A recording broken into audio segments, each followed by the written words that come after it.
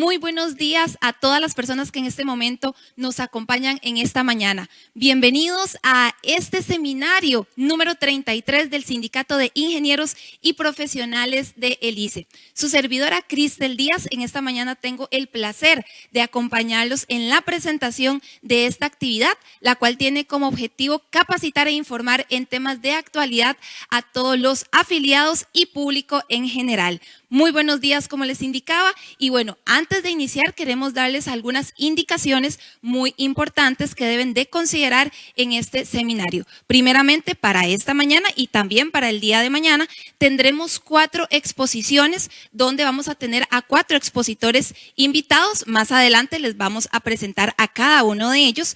Muy importante que consideren que durante las ponencias pueden ir realizando las consultas que desean realizar del tema que vamos a estar abordando. Entonces, muy importante, por medio del chat que vamos a estar presentando en pantalla, pueden realizar a lo largo de las exposiciones las consultas que tengan. Y también para finalizar cada una de las charlas vamos a tener un sorteo entre todos los participantes de cada una de las exposiciones, unas regalías, así que quédense con nosotros para poderles indicar al finalizar cuáles son las personas ganadoras de estas regalías y también les vamos a comentar cuáles son esos regalos. Y bueno, sin más preámbulo, queremos presentarles al primer expositor de esta mañana y él es don Jaime Ordóñez, quien es doctor en Derecho Internacional por la Universidad Complutense en Madrid. Es máster en Ciencias Políticas por The George Washington University, Washington, D.C., director de la Cátedra de Teoría del Estado de la Universidad de Costa Rica y miembro del Consejo Científico del Instituto de Investigaciones Jurídicas de la UCR. Actualmente es el director del Instituto Centroamericano de Gobernabilidad y el día de hoy nos acompaña con el tema Coyuntura Sociopolítica 2021-2022. Muy buenos días y bienvenido, don Jaime. Bueno, muy buenos días a ustedes. Tengo un enorme gusto de estar con los colegas del ICE. Un gran saludo a don Mayida Alaví, que este es como el 6º o 7º año que los acompaño todos los meses de diciembre, y a doña Mercedes, la directora ejecutiva del sindicato, por la amable invitación. Cuando me pidieron este año que hiciera una reflexión de cómo es la Costa Rica de este 2020 de cara al 2021, pensé que quizá sería útil hacer un cierto balance de cuál es la evolución que nos ha llevado hasta acá, hasta esta complejísima coyuntura que tenemos. Costa Rica no vive los mejores momentos de su historia, ni mucho menos. Yo quisiera recordar, arrancando con la idea de que Costa Rica ha sido una buena idea desde el punto de vista republicano, prácticamente desde la fundación de su Estado Nacional.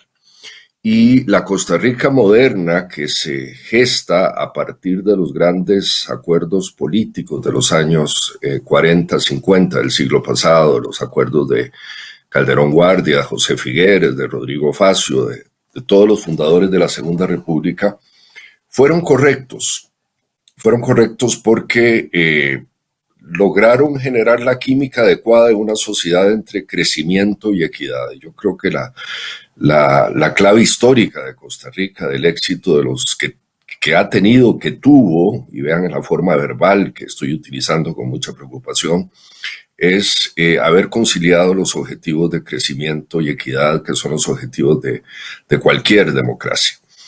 En ese sentido, el éxito de Costa Rica, que estuvo rankeado prácticamente en las últimas décadas junto con Uruguay como las democracias ejemplares de América Latina, y que hoy ya no, estamos en todos los indicadores haciendo aguas con serios problemas, consistió en haber, conciliado crecimiento y equidad sobre la base de una dinámica política y económica que se expresó en partidos políticos que tenían frenos y contrapesos, y esa palabra o esos términos, quiero recalcarlos acá. ¿Qué significa tener frenos y contrapesos en una sociedad?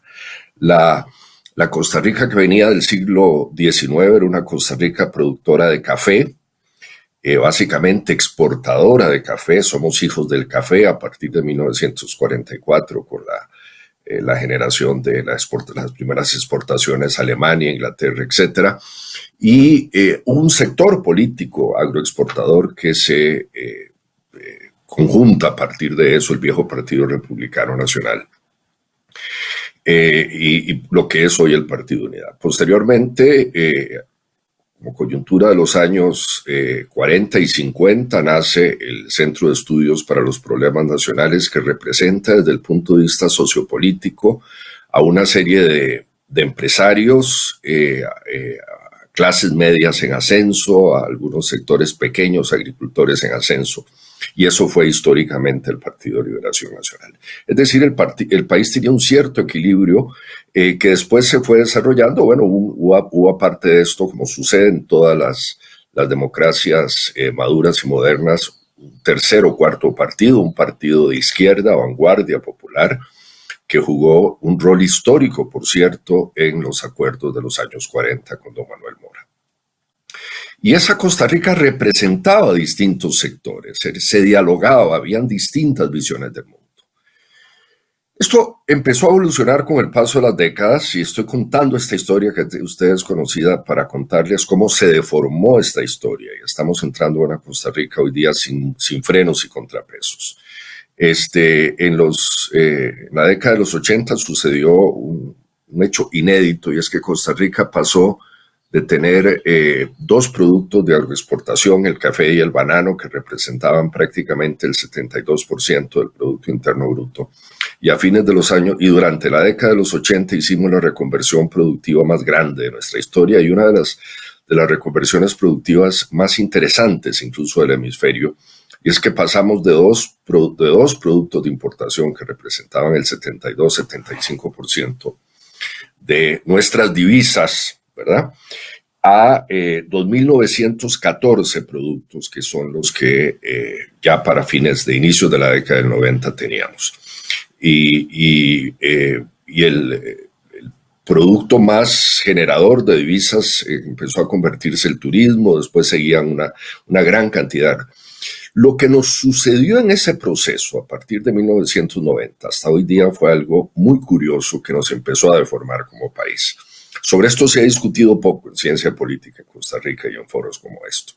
Y es que hubo un reacomodo de los sectores empresariales, y los partidos políticos históricos que representaban, incluso los emergentes como el PAC y otra serie de partidos, no empezaron a representar adecuadamente a una Costa Rica que, por un lado,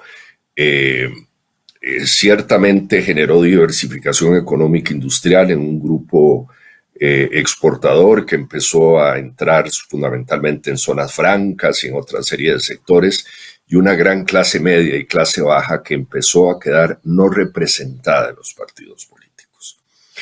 Y yo con la enorme preocupación de mi trabajo, como decía la presentadora, me dedico a trabajar mucho a escala internacional en varios países de América Latina, con Naciones Unidas, en los retos del milenio.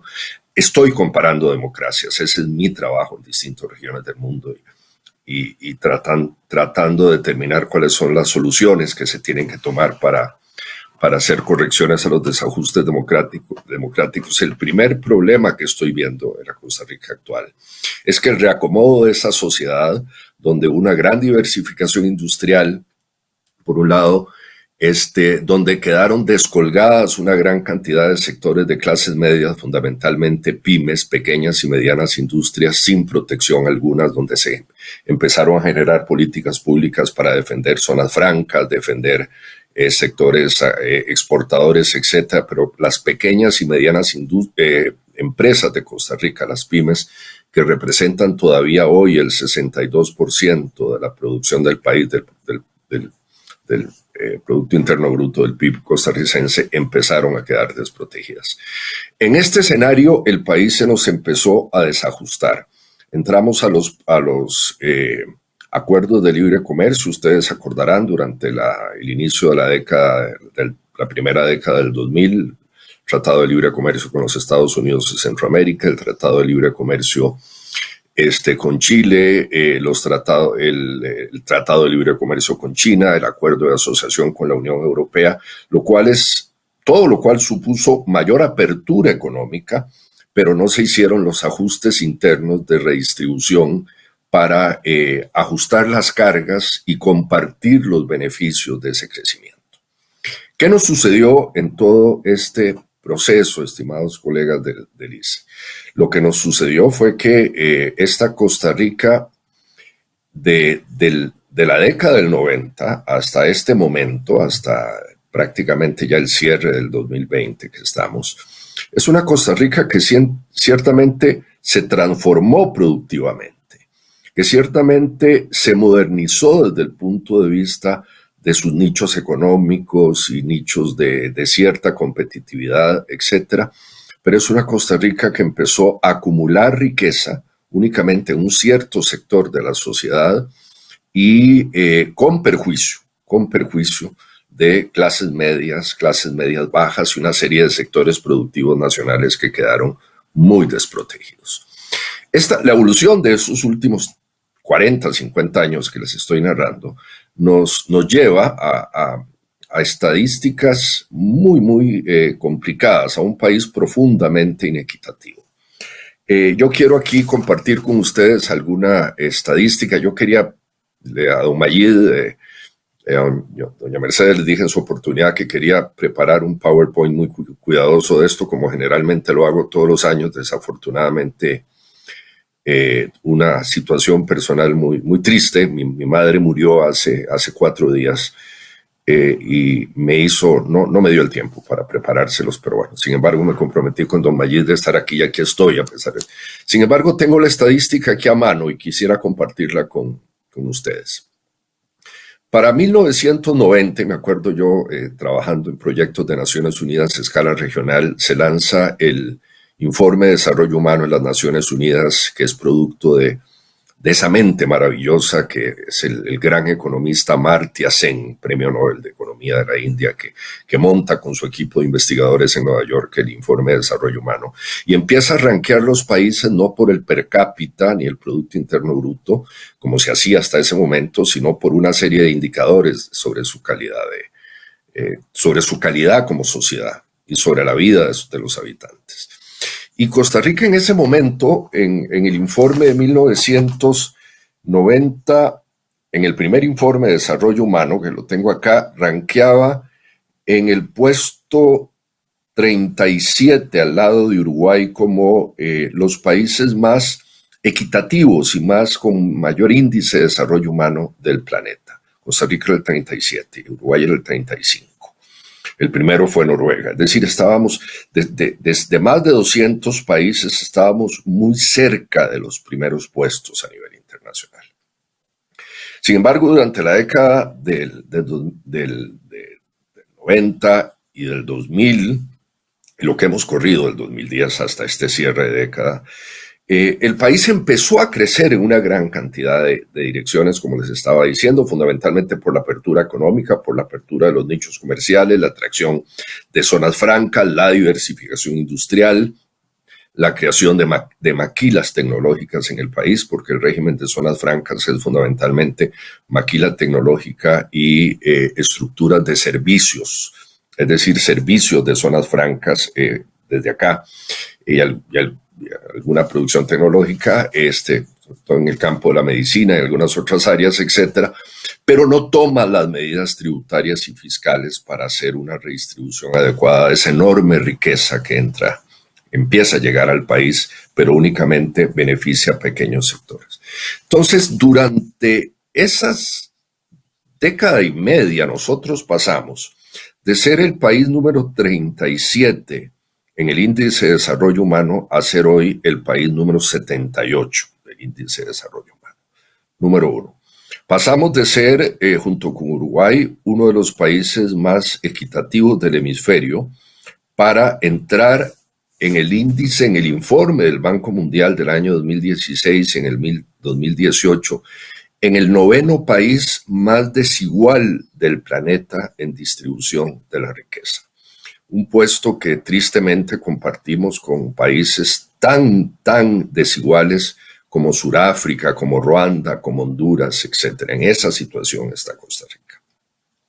Un país que tuvo históricamente un índice de pobreza, en algún momento fue mayor, lo logramos bajar fundamentalmente en la década de finales de los 80, en realidad durante la década del 90, a un 18, 20, 22% que fue nuestro índice de pobreza, y hoy lo estamos llevando a cerca del 32,1, casi el 33%, de acuerdo al dato que, según fuentes cruzadas, estamos manejando en el Instituto Centroamericano de Gobernabilidad y en los distintos indicadores con los cuales estoy trabajando. Es decir, 1 de cada 3 costarricenses está en situación de pobreza.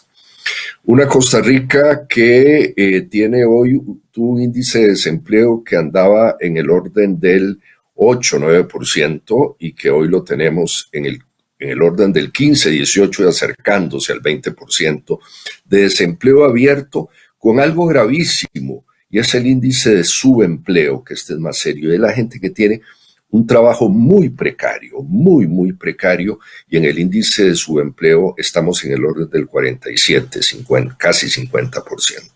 Significa que la mitad de los costarricenses no tienen un empleo fijo, estable, permanente, que les produzca ingresos para una calidad de vida adecuada.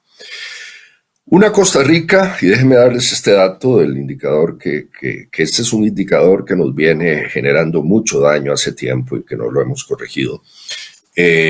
Hace tiempo digo que tenemos cerca de 2 o 3 lustros con este indicador. Una Costa Rica que está graduando apenas, y el dato es del 2018, no mide el 2019 y el 2020, que ha sido devastador.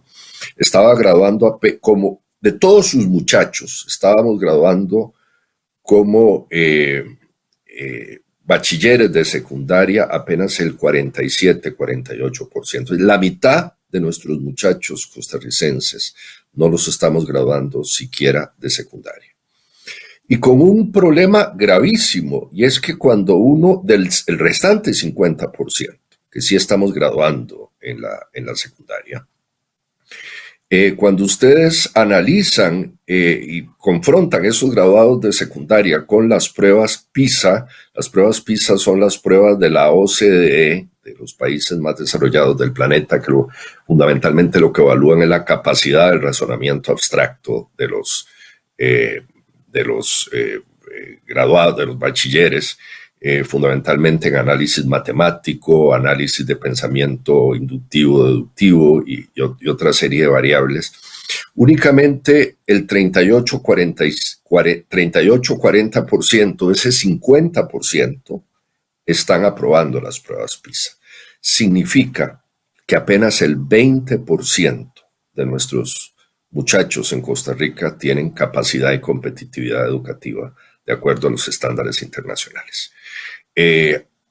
Algo estamos haciendo muy mal en ese sentido y algo tenemos que corregir, porque si ustedes, y el otro día lo hacía justamente en un panel de Naciones Unidas con unos colegas, cuando ustedes analizan ese 20% de competitividad educativa versus el 20% con mayor cantidad de riqueza en el país, que en estos momentos el 20%, el quintil superior, la gente con 20% de mayor riqueza en el país concentra casi el 80% del dinero. Hay un 20% de la población que concentra el 80% de la riqueza en el país.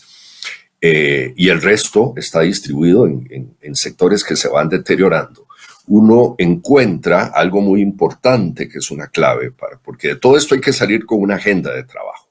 ¿Cómo corregimos todo esto? Uno encuentra que la inversión en educación, la inversión en capacidad educativa, en competitividad educativa, en ciencia y tecnología es absolutamente vital. Con este sistema educativo que estamos no vamos a salir de este bache y de esta situación muy grave. Un país después muy desigual desde el punto de vista de dónde está distribuida su riqueza. No solo les decía que hay un 20% de la sociedad que concentra el 80% de la riqueza, sino que tenemos un 40% de la sociedad, las clases pobres, más pobres, y la clase media baja, que todo ese 40% no tiene más del 5% de la riqueza.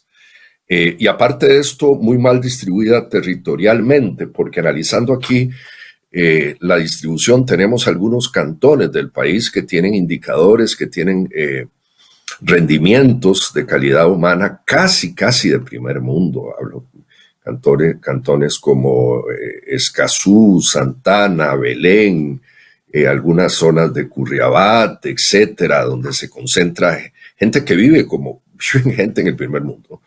Y por otro lado, tenemos otros cantones, Talamanca, algunos lugares de la zona sur, etcétera, que literalmente la calidad de vida es muy similar al África subsahariana. Al África subsahariana, es decir, a los países más pobres del planeta. Es decir, es una sociedad profundamente estratificada con desigualdad en la globalidad del país y con desigualdad en la estructura de distribución del país. Es un país que, aparte de esto, pierde frenos y contrapesos, no únicamente en los partidos políticos, que yo creo, y yo lo digo con absoluta sinceridad, la Costa Rica de los años 50, 60, 70 habrá tenido muchos defectos. Yo no soy un glorificador del pasado, pero al menos era un país con un partido de centro izquierda, una socialdemocracia, un país con un centro derecha, sectores liberales ligados a la democracia cristiana y un partido de izquierda, que todos eran capaces de representar las convicciones de distintos sectores de la sociedad. El que se sentía socialdemócrata pues optaba por Liberación Nacional, el que se sentía de centro derecha por los sectores más liberales, por algún sector de la democracia cristiana, y el que se sentía de izquierda pues optaba por Vanguardia Popular. Es decir, el país tenía frenos y contrapesos políticos. Yo creo que eso lo ha perdido en los últimos años, en las últimas probablemente década y media. Número uno. Número dos, un país con frenos y contrapesos desde el punto de vista de los frenos y contrapesos en una sociedad no tienen que ver únicamente con el rol de los partidos políticos. En ciencia política y en teoría constitucional y derecho público, el principal principio de los frenos y contrapesos son los órganos del Estado, es decir, los equilibrios entre el poder ejecutivo, el poder legislativo, el poder judicial, por otro lado.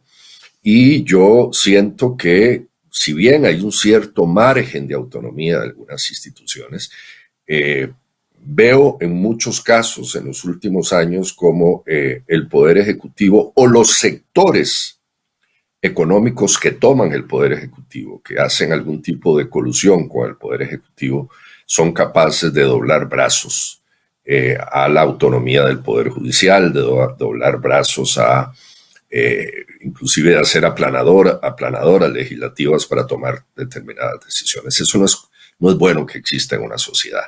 El debate, la diferencia de ideas, los frenos y contrapesos son absolutamente esenciales para que una democracia funcione, y esto yo lo echo de menos en la Costa Rica actual. Ayer me hacían una entrevista algún medio de comunicación sobre un análisis de la hora del 2021 de las celebraciones del Bicentenario, y me decían si yo más o menos le dije a ese medio de comunicación, le conté lo mismo que estoy diciéndoles a ustedes, y les decía, me preguntaban si mi posición entonces era pesimista. Yo le dije a la periodista, le dije, vea, yo en realidad no soy un pesimista, yo soy yo soy una persona informada que trato de transmitir lo que veo que está pasando y utilizando todos los instrumentos científicos y técnicos de nuestras disciplinas, y sí, creo que estamos llegando al 2021 en un punto de quiebra complicado. O sea, la gran idea de Costa Rica ha sido una de las mejores ideas como país y uno de los mejores experimentos en el hemisferio occidental y en América Latina en el último siglo. La estamos destrozando con todo esto que estoy diciendo.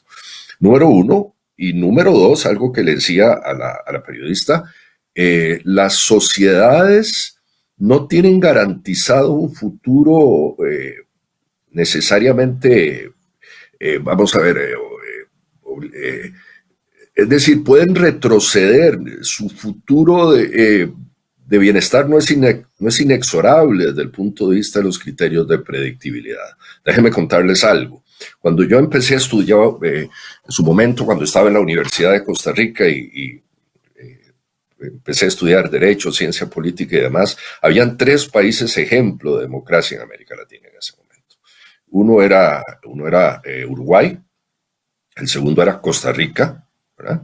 Y el tercero, ¿saben cuál era? Venezuela. Venezuela estaba considerado en ese momento como el tercer gran ejemplo de democracia. Era un país con 2 partidos, estaba ADECO, ¿verdad? Carlos Andrés Pérez por un lado, la democracia cristiana, Herrera Campins por otro lado. Era un país con desde los acuerdos de 1958, con un gran crecimiento económico, etcétera. Y en determinado momento estalla la democracia venezolana. Y sucedió todo lo que sucedió y la caída en barreno hacia abajo que ha vivido. Es decir, los países pueden destrozarse, pueden quebrar sus pactos políticos, sus pactos sociales. Y ese peligro lo tenemos con Costa Rica. Muy bien, ¿qué hacer en este escenario? ¿Qué hacer en este escenario? Me dijeron que tengo 50 minutos y quiero dedicar los próximos 15, 20 minutos a hablar un poquito de la agenda, porque bueno, una cosa es el diagnóstico, un diagnóstico preocupante como el que les estoy conversando, pero yo creo que el objetivo de seminarios como estos es plantearse una agenda de trabajo. Yo tengo aquí algunos puntos que he planteado. En primer lugar, tenemos que trabajar en los temas de equidad en Costa Rica. Costa Rica es un país que ha crecido económicamente, pero no ha hecho todavía ninguna reforma tributaria y fiscal adecuada que ayude a redistribuir la riqueza. Me acuerdo que cuando se aprobó el Tratado de Libre Comercio con Centroamérica y el Caribe, era el momento de hacer una reforma fiscal adecuada. No se hizo. Lo más cercano que estuvimos fue en una reforma que era buena, déjenme decírselos, que es la reforma que se tramita por una gran cantidad de sectores sociales, una gran cantidad de sectores legislativos en la administración Pacheco, previo al gobierno de Óscar Arias, pero esa reforma fiscal que tenía todos los elementos modernos, renta mundial, renta global, gravamen a sectores exonerados, eliminación paulatina de zonas francas y de beneficios a las cooperativas, rentas de ganancias de capital, todo lo que tiene que tener una reforma tributaria y fiscal moderna, desafortunadamente fue abortada por la Sala Constitucional en virtud de intereses de grupos de poder y de grupos de presión.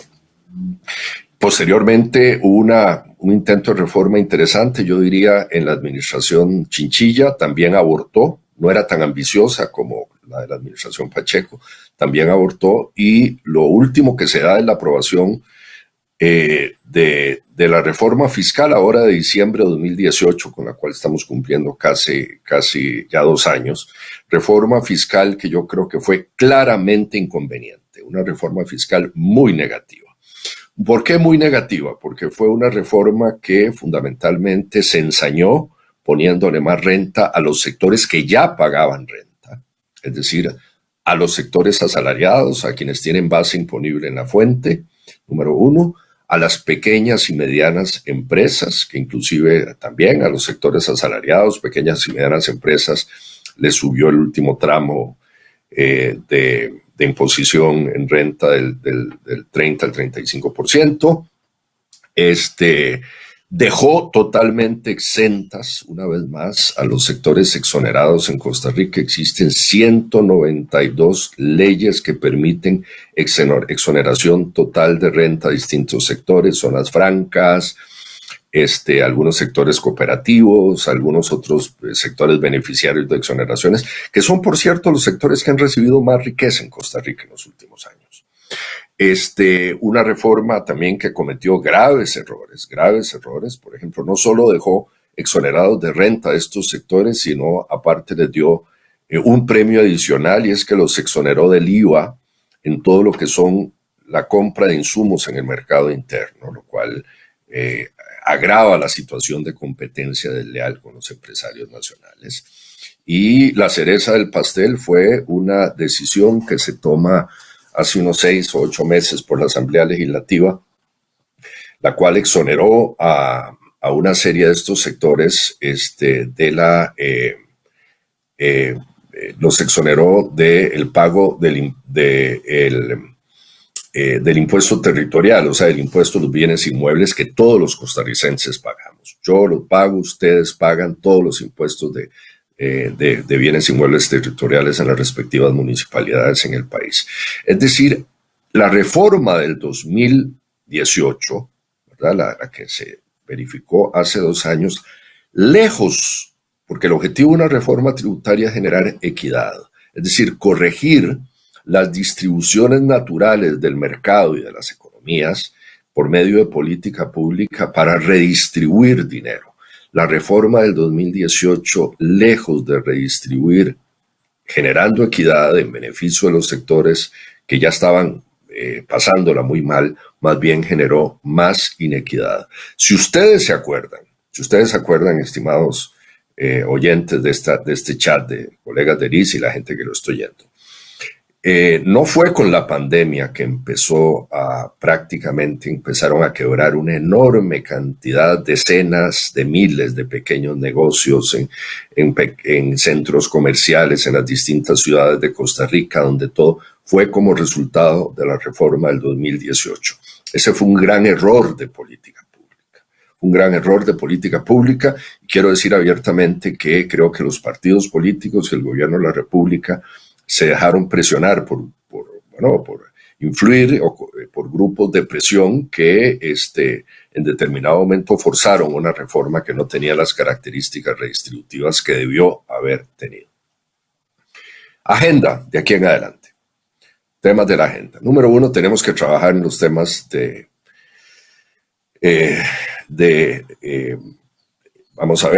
redistribución, y yo creo que la agenda de Costa Rica implica 3 cosas en estos momentos en ese ámbito. Implica atender temas fiscales y tributarios. De nuevo, no podemos salir adelante sin nuevos impuestos. Las vallas publicitarias de esa campaña de millones de dólares que veo, o de miles de dólares, o de cientos de miles de dólares con las cuales veo lleno el país, dice no más impuestos, son justamente quienes pagan esa campaña, son quienes no pagan impuestos, o quienes pagan muy pocos impuestos, y quienes tienen el dinero para poder pagar esas vallas millonarias. Número 1.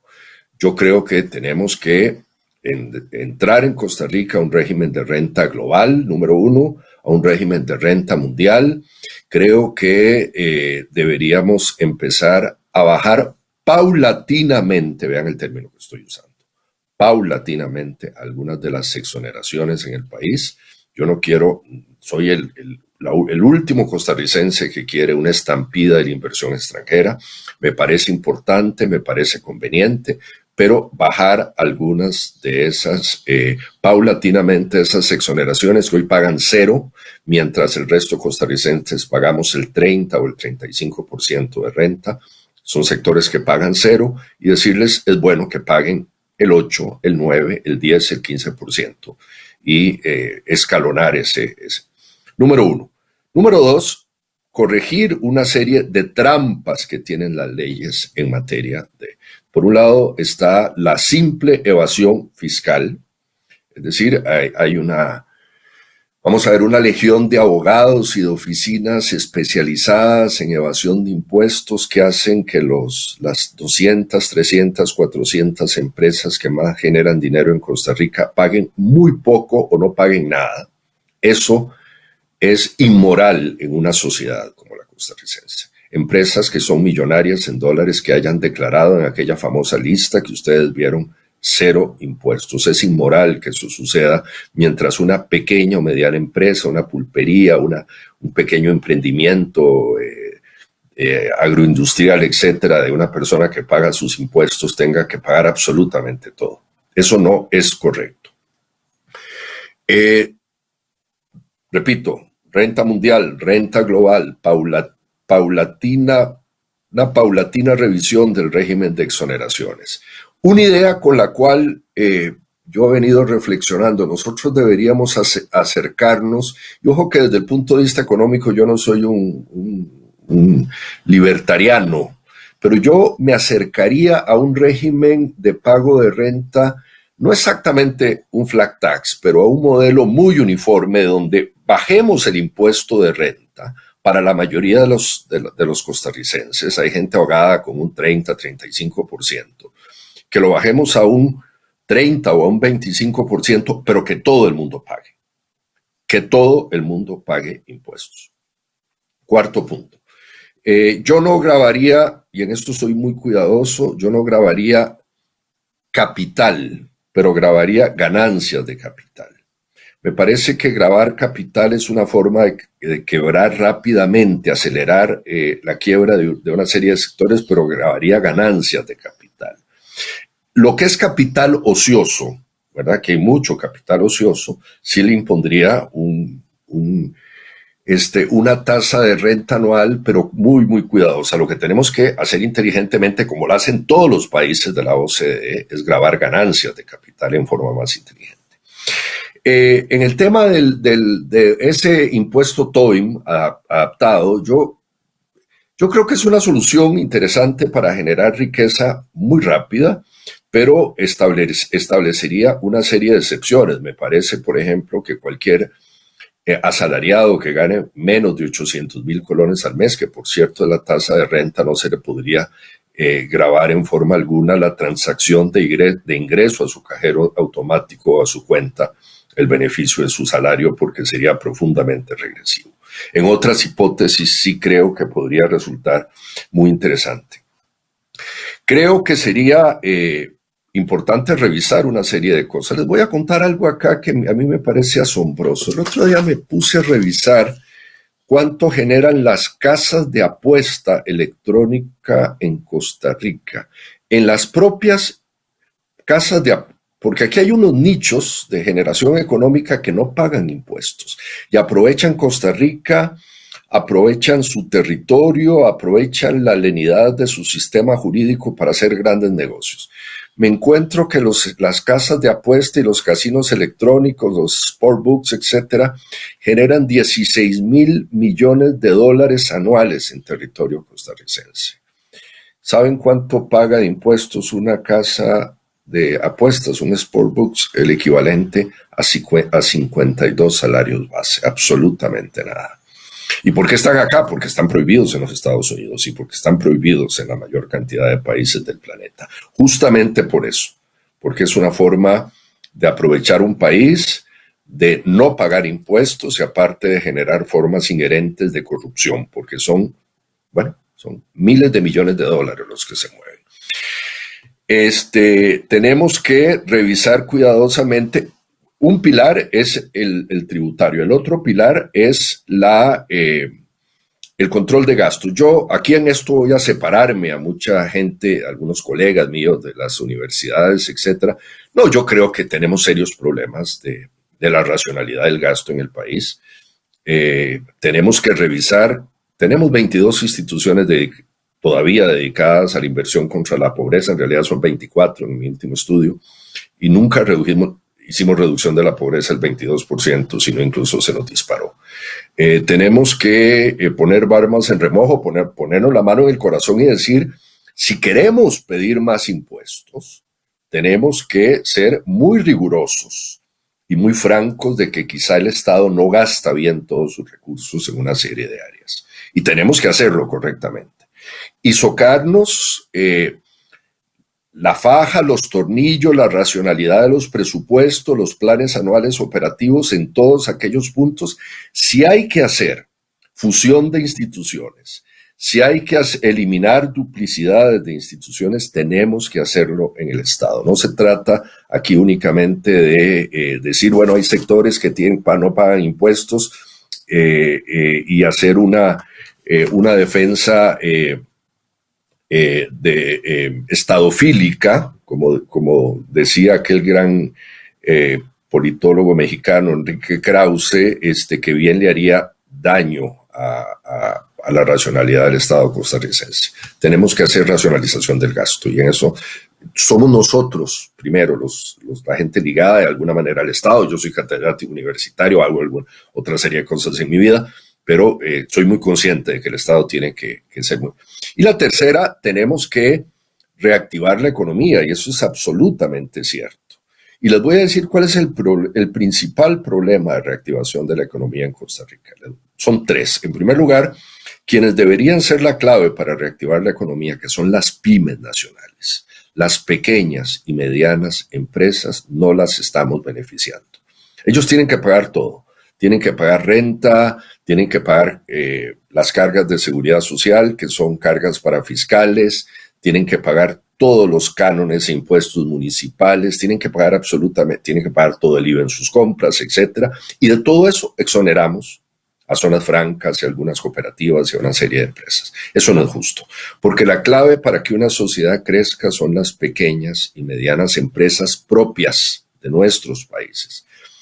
En segundo lugar, necesitamos abaratar el costo del dinero. Es decir, en Costa Rica, producir es muy caro en primer lugar porque cuesta mucho acceder a los recursos. Yo aquí quiero manifestar mi desánimo absoluto. Soy un defensor en su momento de que en las reformas de los años 50 se haya creado la gran banca nacional, etcétera, pero me parece que nuestros bancos estatales se han vuelto bancos comerciales, están más interesados en que se vendan hamburguesas y que se vendan clubes de viaje con sus tarjetas de crédito que en el rol que históricamente tuvo que tener la banca de segundo piso, que es préstamo para el sector productor. Le cuesta muchísimo a un productor acceder a crédito bancario. Yo de vez en cuando visito la Feria del Agricultor aquí cerca de mi casa. Yo vivo en Curriabat, yo en Zapote, y me duele ver, hablando con los productores agrícolas, cómo la mayoría de ellos tienen que financiarse con tarjetas de crédito mes a mes. No existe crédito para la agricultura, no existe crédito para la industria, no. Está la banca para el desarrollo, pero es limitada en los fondos, muy limitada, yo conozco más o menos, y los procedimientos no son del todo adecuados. Primero tiene que irse a usted a incluir como pymes en muchos de esos beneficios. El procedimiento para irse a inscribir como una pyme es tan engorroso que vuelve casi imposible el acceso a esos créditos. Y en tercer lugar, y con esto yo quiero ir cerrando, en tercer lugar, yo creo, y voy a decírselo con toda franqueza, me imagino que la mayoría de los oyentes de este chat deben ser funcionarios del ICE, ingenieros del ICE, funcionarios del ICE, etcétera. Veo a los funcionarios públicos muy replegados. La clave de cambiar las cosas en una sociedad es participar en la política pública. Y los veo metidos en sus instituciones, protegiendo sus salarios, no queriendo participar en el debate público por medio de que los ataquen y por medio de que los demonicen a la mayoría de los empleados públicos, incluidos los universitarios. Mientras veo un sector industrial con una fuerte campaña muy vocal en los medios de comunicación con su versión de la sociedad. Pues es válida esa versión de la sociedad desde el punto de vista de ellos, pero creo que hay otros sectores, las pymes, que no están ejerciendo su derecho a la participación política, no están expresando ideas. Veo a los funcionarios públicos replegados en sus pequeños nichos de confort. Y eso es muy, muy lamentable, que una situación como la costarricense, con los datos que he expresado, con la situación que he expresado, la gente esté, y voy a usar una metáfora, metida en su zona de confort, debajo del techo, viendo llover, viendo la rayería, sin salir a enfrentar y a cambiar el huracán. Y lo que puede suceder es que no pase la rayería y no pase la tormenta, sino que el nivel del agua empiece a subir y a subir y a subir y nos lleve arrastrado a todos. Entonces, esa actitud cerrada de eludir los retos de la valentía cívica, al final no puede resultar una avalancha que nos lleve arrastrados a todos. Esas son mis reflexiones de esta mañana. Quedo abierto, estimados colegas, para las preguntas o comentarios que quieran hacer. Muchas gracias, don Jaime, por abordar este tema tan interesante. Estamos sumamente agradecidos con su persona por haber aceptado la invitación de participar en este seminario. Vamos a realizar una de las consultas que nos está entrando por medio del chat y dice así, don Jaime. He visto en datos estadísticos que el sector público en países muy ricos es, por decirlo así, grande. Se dice que en Costa Rica el sector público es grande, como si fuera algo malo. Me parece que un sector público eficiente no es una debilidad, como lo muestran países ricos. ¿Cómo ve usted este tema?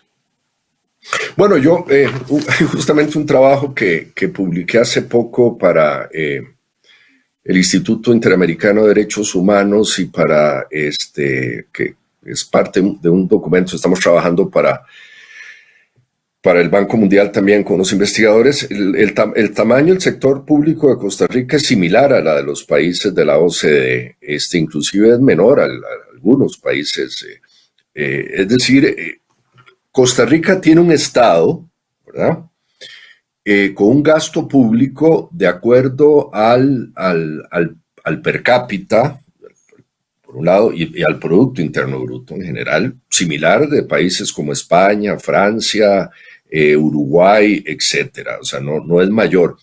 Pero vamos a ver por qué razón es así. Y yo creo, y aquí voy a entrar a defender la importancia de la versión pública. El otro día me decía alguien, bueno, pero la inversión en salud pública, sí, la Caja del Seguro Social podrá tener todos sus problemas, pero en Costa Rica existe la garantía de que a 3, 5, 7 kilómetros de prácticamente cualquier ciudadano existe un EVAIS. Número uno, de que existe un dispensario o una clínica de la Caja al menos a unos 20, 25, 30 kilómetros. La gente no se muere. A mí me ha tocado viajar mucho por América Latina en las últimas décadas y distintos lugares del mundo, en el África subsahariana, etc. El 60-70% de la población se enferma y literalmente muere. Eso tiene un costo social, eso es democracia y eso obviamente tiene un valor. Cuando alguien me dice, bueno, pero es que Costa Rica es un poco más caro que otros países del tercer mundo, sí, porque tiene instituciones que procuran ser de primer mundo. Que la Caja tiene problemas y defectos, sí, que hay que mejorarlos, sí. Que nuestro sistema educativo es universal, gratuito y tiene una cobertura regional, sí, lo tiene y yo me alegro por eso. Que es deficitario, sí, muy deficitario. Ahí tenemos que hacer correcciones seriosísimas. Creo que es un sistema educativo que está graduando a la mitad de sus estudiantes de secundaria. Nada más, eso es gravísimo. Creo que no tiene ciencia y tecnología incorporada a su proceso. Hay un dato que quiero darle acá y es que los países de la OCDE invierten prácticamente el 2,5% del Producto Interno Bruto en investigación y desarrollo y ciencia y tecnología. Y nosotros invertimos el 0,4%. Es decir, la clave para crecer no es desmantelar el Estado, es corregir los problemas del Estado y eso nos hará crecer a todos, inclusive al mercado, a la economía, a toda la sociedad. Estado y mercado no son enemigos, eso lo demuestran los países de primer mundo que tienen un Estado muy robusto, que cobra mucho más impuestos que en Costa Rica, pero que trabaja muy bien y tiene sociedades muy, muy robustas, economías muy fuertes que favorecen fundamentalmente a las empresas. Vaya usted a Alemania, va a ver que las leyes públicas favorecen al empresariado alemán, no al empresariado extranjero. Vaya usted a Francia, va a ver que las leyes públicas favorecen al empresariado francés o igual en el caso del Japón, etcétera, y no a las empresas extranjeras.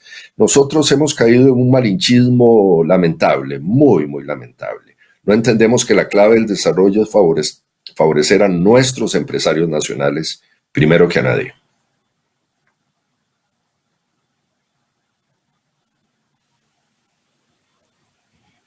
No sé si habrá alguna otra pregunta. Gracias, don Jaime, y también al participante que nos realiza la consulta. Por un tema tiempo únicamente vamos a abordar esta pregunta, así que nuevamente, don Jaime, muy agradecidos con usted por su participación. Ha sido un gusto enorme compartir con ustedes y un gran abrazo a todos los amigos del ICE. Y de nuevo les repito, por favor no se replieguen en su zona de confort de funcionarios públicos. Hay que salir a escribir cosas, a decir cosas, a participar en los debates, a crear grupos de trabajo para ayudar al país. No se replieguen, por favor, en la comodidad de sus salarios y de sus puestos de trabajo, que al final ahí puede haber un vendaval que nos arrastra a todos. Nuevamente, muchísimas gracias, don Jaime, y que tenga un muy buen día. Y bueno, como